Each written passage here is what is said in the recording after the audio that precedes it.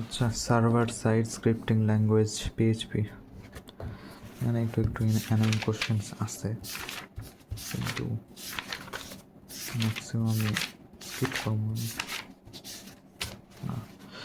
PHP কোনো hypertext প্রিপ্রসেসর, এটি server side scripting language যা দিয়ে ডাইনামিক ওয়েব পেজ বা ওয়েব ডেভেলপমেন্ট করা হয়।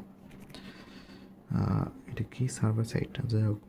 লোকাল সার্ভিস ডে এবং সফটওয়্যার নাম লেখো। ওকে, সফটওয়্যারগুলো এক্সাম্প, ওয়াম্প, অ্যাম্পস, ব্লাবলা মুখস্থ করবি। কী বুঝো ওইগুলো? পিএইচপিতে ভেরিয়েবল বলতে কী বোঝো, উদাহরণটাও। ভ্যালু ব্যবহার করে ভ্যালু অবস্থান করা যায়। ভ্যালু বলতে টেক্সট নাম্বার ইত্যাদি বোঝায়, অর্থাৎ ভেরিয়েবল। ও ভেরিয়েবল তো পড়েছি তোর, ভেরিয়েবলের নামকরণ পড়েছিলাম না, ওইটাই দেখ। কী পড়াবো এখানে?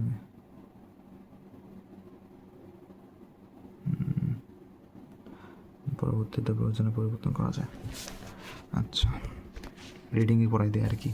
ভেরিয়েবল ব্যবহার করা হয় ভ্যালু স্টোর করার জন্য। ভেরিয়েবল বলতে টেক্সট নাম্বার, স্ট্রিং ইত্যাদিকে বোঝায়, অর্থাৎ ভেরিয়েবল হলো ফাঁকা স্পেস যেখানে অস্থায়ীভাবে কোনো ভ্যালু জমা করে রাখা যায় এবং পরবর্তীতে প্রয়োজনীয়তা পরিবর্তন করা যায়। পিএইচপিতে ভ্যারিয়েবলের নামে পূর্বে $সাইন বসে। ভেরিয়েবলের syntax, variable name equal to value comma. কি আর কি বুঝানো? ভেরিয়েবল তো কি বুঝিসই। পিএইচপিতে ডাটা টাইপগুলোর নাম লেখো। পিএইচপি বিভিন্ন ধরনের ডাটা জমা করতে পারে। পিএইচপি যে ডাটা সাপোর্ট করে সেগুলো হলো স্ট্রিং, ইন্টিজার, ফ্লোট, দর্শকের নামের ডাবলও বলা হচ্ছে। যাই হোক, ফ্লোট, বুলিয়ান, অ্যারে, নুল মানে ফাঁকা। আর কি আছে? সমান সমান এবং ডাবল সমানের মধ্যে পার্থক্য। সমান হইল অ্যাসাইনমেন্ট নম্বর, যেখানে বাম পাশে মানকে অ্যাসাইন করা হয়। মানে সমান মানে এই ধর রিফাত ফারজানা ইকুয়াল টু মুলাচোর, তার মানে ফারজানাকে মুলাচোরের সাথে অ্যাসাইন করছে। আর ফারজানা সমান মুলাচোর হইল যে ফারজানা আর মুলাচোর একই জিনিস। আমরা জানি সমান ইকুয়াল অপারেটর হিসেবে, অর্থাৎ সমান বোঝানো হয় উভয়কে। আর এক্স ইকুয়াল টু, যাই হোক, এত মুখস্থ করা লাগবে না। লুপ কি বুঝিস তো? লুপ মানে ঘুরতে থাকে বারবার, এক প্রোগ্রাম বারবার চলতে থাকে। পুনরাবৃত্তি কাজগুলো সাধারণত লুপ দিয়ে করা যায়। লুপ দিয়ে একটি কোড ব্লককে যতবার ইচ্ছা ততবার এক্সিকিউট করা যায়। লুপে সত্য দেওয়া যায় এবং যতক্ষণ না পর্যন্ত সত্য মিলবে ততক্ষণ পুনরাবৃত্তি চলতেই থাকবে। ব্লা ফর লুপের ব্যবহার বা সিনট্যাক্স। ফর লুপের সিনট্যাক্স করা হয়েছে। ফর লুপের সিনট্যাক্স, আচ্ছা, ফর লুপের সিনট্যাক্স দেখ। For integer initialization, INITIALIZATION initialization, comma condition, comma increment, INCREMENT increment, তারপর ইনক্রিমেন্ট না ডিক্রিমেন্ট, ইনক্রিমেন্ট, ইনক্রিমেন্ট লিখলেও হবে। ইনক্রিমেন্ট ঠিক দিবে, ক্লোজ করে দিবে, শেষ। আর কিছু না, শেষ। এটাই বললো।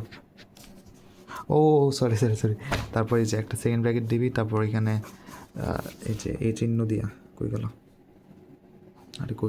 এই যে এই চিহ্ন দিয়া লুপ বডি লিখে আবার ব্র্যাকেট ক্লোজ করে দিবি, শেষ। তারপর সংক্ষিপ্ত পিএইচপির সংক্ষেপে ধারণা দাও। ট্যান অনেকগুলো তো লেখা। পিএইচপি পড়াইছে না, তো আমি তো নিজেই ভুলে গেছি, আমার পড়া লাগবে। এই যে পিএইচপি পড়াইছি, বাট পিএইচপির সঙ্গে অন্য এখান থেকে তুলে আনলে দিয়ে দিবি।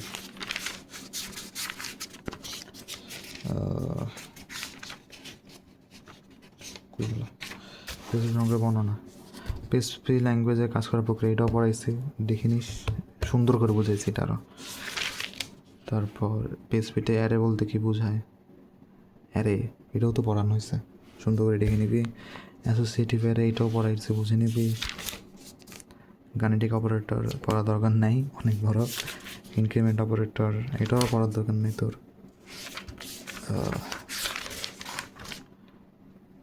ইফ পড়বি না, সুইচ এলিমেন্ট পড়বি না, কে লাগেছে এগুলা।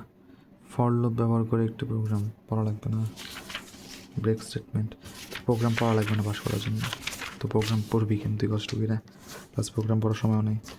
ইনক্লুড রিকোয়ার ফাংশন, এটা পড়বি, মানে রচনামূলক থেকে মেইন মার্কটা উঠবে, রচনামূলক একটাও মিস দেওয়া যাবে না। আলোচনা সব কিছু বুঝাই দিছে। 6 অধ্যায় আরেকটা ভিডিও দাম শেষ, এটা 6 অধ্যায় দেখাইতেছিলাম।